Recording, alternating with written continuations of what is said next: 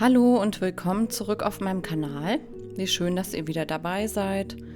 Ich habe mich heute auch mal wieder kreativ ausgetobt. Ich habe mich ein bisschen von den Frühlingsblumen draußen inspirieren lassen und habe mir überlegt, dass ich ein marmorartiges Bild mit zerfließenden Farben malen möchte. Ich hatte irgendwie einfach plötzlich Lust auf sowas und habe mir da auch vorgestellt, dass ich meine Acryltinte dafür wieder verwenden kann.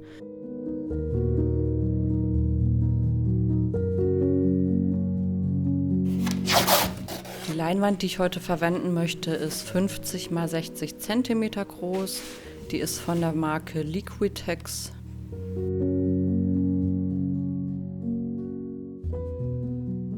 Und ich fange als erstes an mit den dunkleren Farben, trage die einfach so je nach Lust und Laune so ein bisschen über die Leinwand auf. Dann habe ich hier noch so ein schönes Neon-Orange, beziehungsweise so ein ganz helles Orange und ein Zitronengelb. Dann habe ich hier noch so ein Cremeweiß von Nanunana.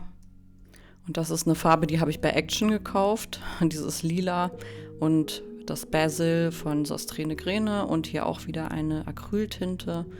Die Farben findet ihr alle in der Infobox, da könnt ihr nachschauen, was ich da verwendet habe. Das Orange ist jetzt ein bisschen zu viel geworden, da tupfe ich wieder ein bisschen was ab. Das Bild soll halt ein paar dunkle Akzente haben, aber vorrangig bunt werden. Und ich mache das hier jetzt einfach wirklich intuitiv, dass ich da die Farben vermische, immer mal den Pinsel abstreife und sehe, was bei rauskommt. Falls ihr übrigens nicht aus Deutschland kommt und meine Videos mit Audio-Track hört, mit der automatischen Übersetzung, dann tut es mir jetzt schon im Vorfeld leid, wenn ich schon wieder eine männliche Stimme habe. Es ist leider bei den letzten Videos teilweise dazu gekommen, dass ich irgendwie eine männliche Stimme hatte. Ich weiß nicht wieso. Ich fand es nicht so toll, aber vielleicht macht euch das ja gar nichts aus. Auf jeden Fall hätte ich gerne Einfluss darauf, aber habe ich leider nicht. Bin mir auch nicht sicher, ob ich das so lassen soll oder ob ich diesen Audio-Track dann einfach lösche. Vielleicht könnt ihr mir dazu eure Gedanken ja auch gerne mal in die Kommentare schreiben, was ihr davon haltet. Soweit ich weiß, ist das mit diesem Audio-Track auch momentan noch so ein bisschen in den Kinderschuhen bei YouTube. Und da läuft vielleicht noch nicht alles so hundertprozentig, dass es gut übersetzt wird und die Stimme auch adäquat nachgemacht wird in einer anderen Sprache. Aber naja, also vielleicht schaut ihr auch einfach hier auf Deutsch und dann hört ihr meine originale Stimme und kommt in den Genuss davon. Haha.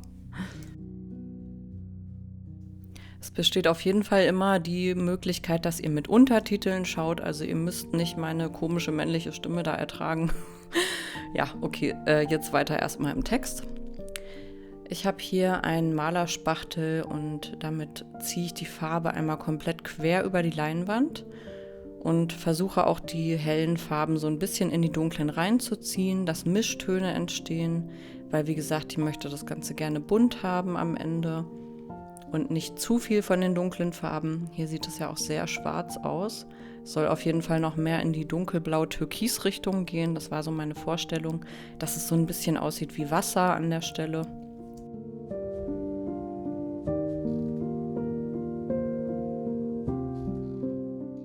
Und mit dem Palettenmesser ziehe ich jetzt wirklich diese Farbtöne so ineinander, so richtig marmoriert und das ist natürlich auch immer ganz praktisch, wenn man dann recht dünnflüssige Farben hat, weil man die wirklich eine Weile lang auch über die Leinwand ziehen kann. Und da probiere ich mich einfach so ein bisschen aus, ziehe die mal in die eine Richtung und mal in die andere. Ich glaube, ich habe hier auch schon jetzt so ein bisschen eine Grundform reingebracht. Ich habe so meinen Hauptfokus auf der linken Seite Richtung Mitte, also da, wo die ganzen dunklen Töne sind, da ist so das Hauptaugenmerk und da möchte ich auch, dass am meisten los ist sozusagen.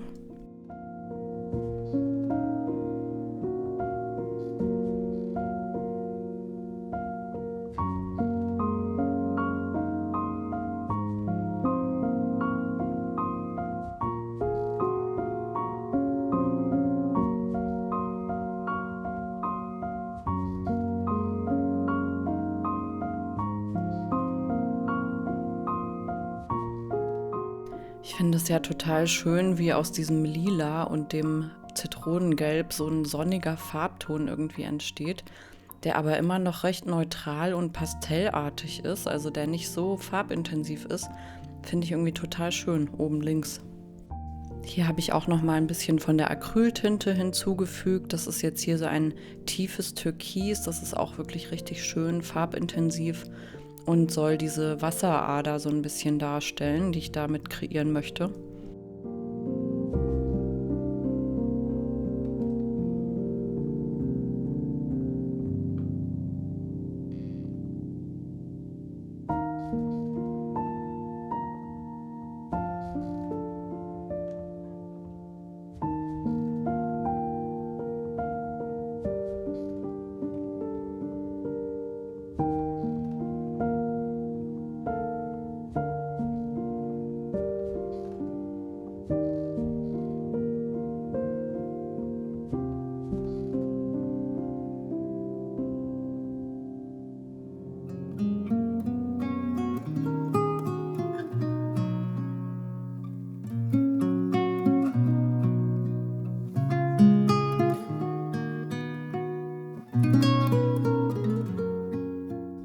Übrigens vielen lieben Dank an alle, die meinen Kanal mit einer PayPal-Spende unterstützt haben und natürlich auch an alle neuen Abonnenten und überhaupt alle, die meine Videos liken und die mir einen netten Kommentar dalassen. Ich freue mich immer total darüber.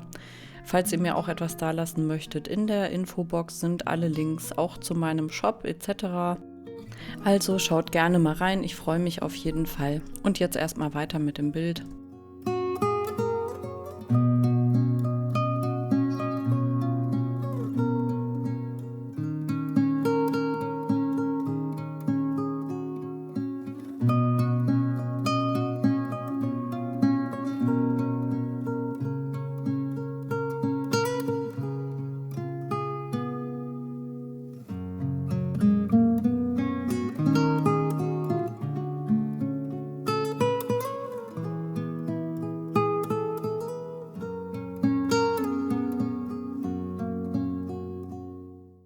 Hier versuche ich auch wirklich immer ganz präzise zu arbeiten, damit diese Linien möglichst fein aussehen. Das ist natürlich so ein bisschen eine Fleißarbeit auch, das weiß ich, aber ich hatte halt, wie gesagt, einfach Lust auf diese Formen, auf dieses Fließende und dann muss das eben einfach raus. Wenn das in einem schreit, dann muss es einfach raus. Ja, jeder andere Künstler wird mich da definitiv verstehen, denke ich. Und ich finde es auch immer wunderschön, wenn man viele helle Akzente in die dunklen Bereiche bringt. Das bildet einfach nochmal so einen schönen Kontrast und dadurch fallen diese Stellen auch viel mehr auf dem Bild. Also es fällt viel mehr ins Auge. Und mit diesem Palettenmesser kriegt man halt auch diese Kanten sehr schön scharf hin, insbesondere dann, wenn die Farben halt noch nass sind. Deswegen arbeite ich auch meistens nass in nass bei solchen Bildern. Wenn man merkt, dass die Farbe schon so ein bisschen antrocknet, dann sollte man einfach erstmal aufhören und dann kann man ja am nächsten Tag oder so weiterarbeiten. Aber es ist am besten, wenn die Farben noch schön geschmeidig sind. Es gibt natürlich auch solche Verzögerer, also solche Acrylverdünner zum Beispiel, den habe ich jetzt gerade nicht. Aber damit kann man das natürlich auch nochmal in die Länge ziehen, das Ganze, dass man da länger noch dran arbeiten kann.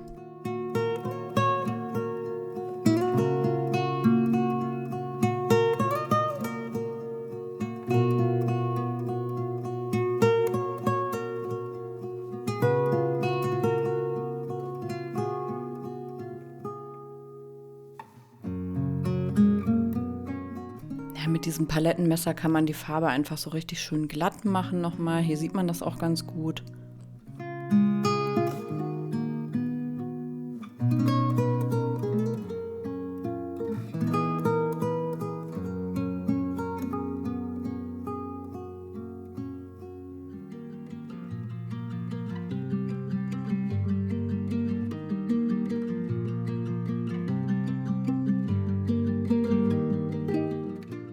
Und da ich natürlich möchte, dass die ganzen Farben und Formen auch um die Kanten herumgehen, bemale ich hier erstmal die Seiten, immer in demselben Farbton, der auch oben drauf ist, damit das möglichst einheitlich aussieht. Hier ist auch wieder dieses schöne Türkis. Da mische ich mir zusammen mit dem Cadmiumgelb so einen schönen Grünton. Und hier mische ich mir auch noch einen Türkiston aus dem Pariser Blau und eben diesem schönen Türkis und vielleicht noch so ein bisschen Pastelllila, dass es nicht ganz so dunkel wird.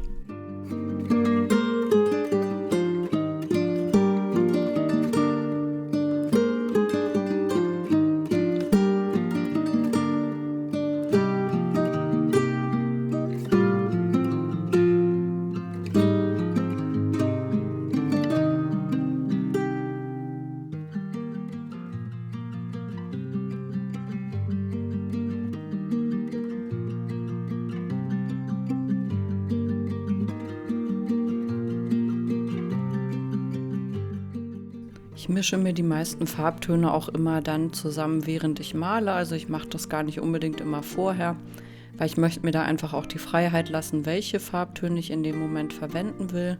Und die mische ich mir dann einfach quasi vor Ort. Und ja, manchmal ist es natürlich einfacher, wenn man die Farben alle vorher schon zusammenmischt, aber ich lasse das manchmal auch erst auf der Leinwand entstehen. Oder ich habe zum Beispiel gerade einen Farbton und dann nehme ich einfach noch einen Klecks Cadmiumgelb mit dazu und mische das dann direkt da so mit rein, dass ich einen leichten Übergang habe.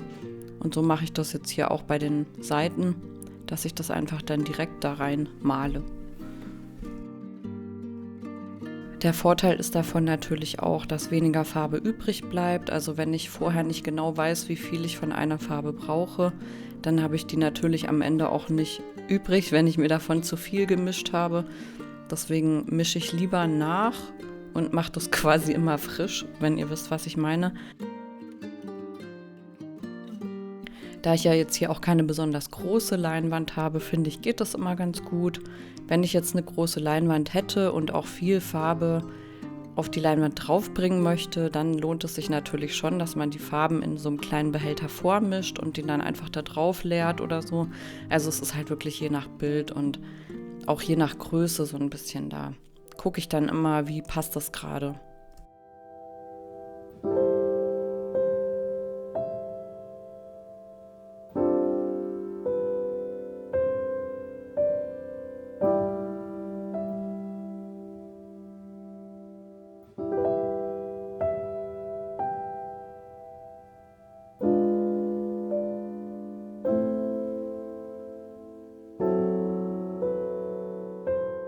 Ja, hier bin ich jetzt auch noch dabei, so ein paar Feinheiten in das Bild zu bringen, also dass die Farben auch wirklich leuchten. Da gehe ich hier auch noch mal drüber. Es ist jetzt auch schon der nächste Tag, also das Bild ist einmal komplett durchgetrocknet und das sind jetzt noch mal so ein paar Akzente, die ich da drauf haben möchte, wodurch die Farben noch mal besser zur Geltung kommen. Das ist mir einfach da ganz wichtig, dass es sehr sorgfältig aussieht und dass die Farben halt, ja, leuchten und so ins Auge fallen. Es soll halt auch sehr lebensfroh aussehen am Ende.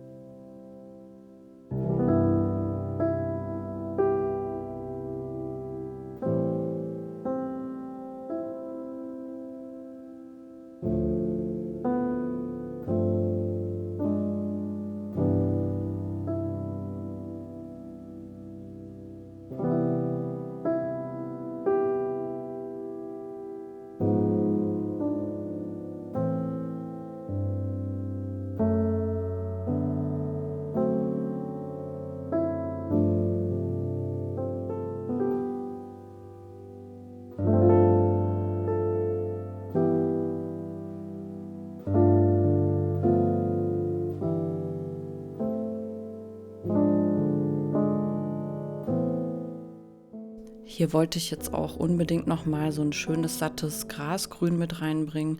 Das mische ich mir dann aus diesen Blau- und Türkistönen zusammen mit dem Cadmiumgelb, dass es auch schön warm aussieht.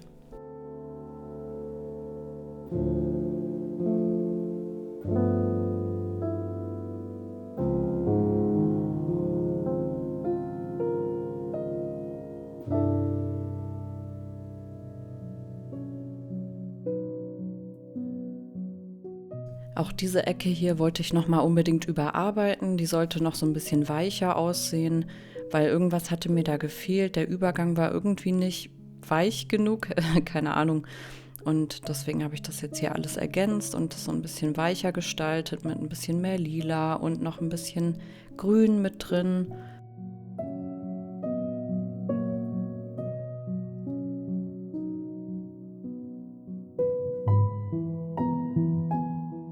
Ja, und das sind jetzt hier auch wirklich die letzten Pinselstriche, die ich mache. Ich wollte einfach mit diesem intensiven Türkis noch mal reingehen, um diesen Wassereffekt zu unterstützen und ein bisschen Kontrast noch reinzubringen. Wollte aber halt auch nicht alles im Ultramarinblau halten, deswegen dieses schöne Türkis. Das ist einfach so eine tolle, satte Farbe. Begeistert mich immer wieder, diese Acryltinte hier.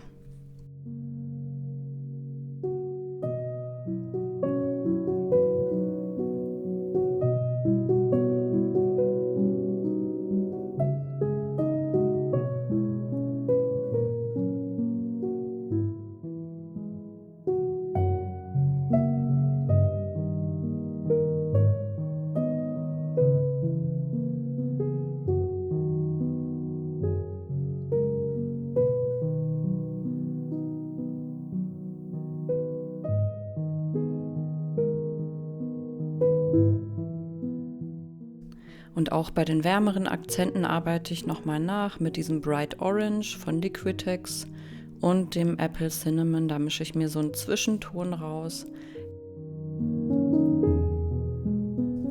Und hier sieht man auch sehr schön, wie der Kontrast von dem Bright Orange aussieht zu diesem ganzen Blau und Türkis. Das sieht einfach klasse aus und intensiviert halt auch die andere Farbe nochmal ein bisschen mehr. Und jetzt mische ich mir das Apple Cinnamon dazu und ein bisschen Gelb. Und dann baue ich die Farbtöne so nach und nach aufeinander auf und ergänze mal hier und mal da einen Akzent.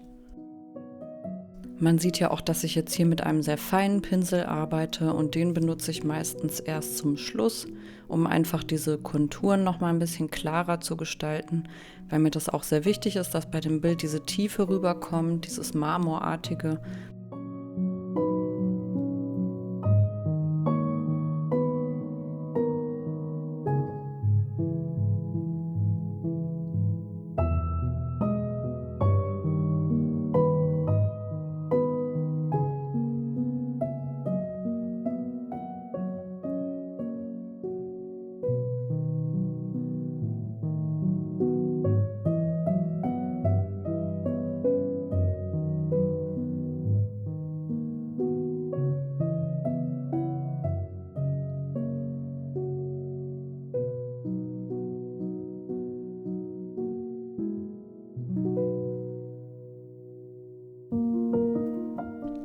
Und so sieht jetzt das fertige Bild aus. Ich finde, die Akzente sind einfach total cool und diese ganzen Farbstrudel, die so ineinander fließen.